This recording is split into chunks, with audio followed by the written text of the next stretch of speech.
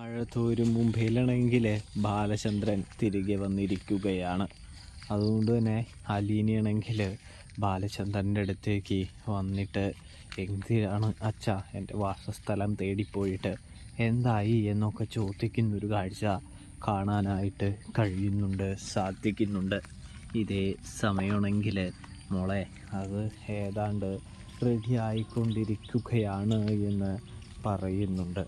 എവിടേക്കാണ് എന്ന് ചോദിക്കുമ്പോൾ അതിനെക്കുറിച്ചൊന്നും നമ്മുടെ ബാലചന്ദ്രൻ അലീനയോട് പറയുന്നില്ല എന്ന് കാണാനായിട്ട് സാധിക്കും.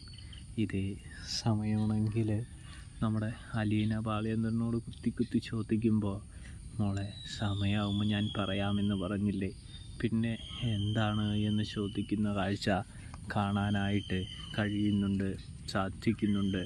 പ്രേക്ഷകരെ, പ്രിയ കൂട്ടുകാർ,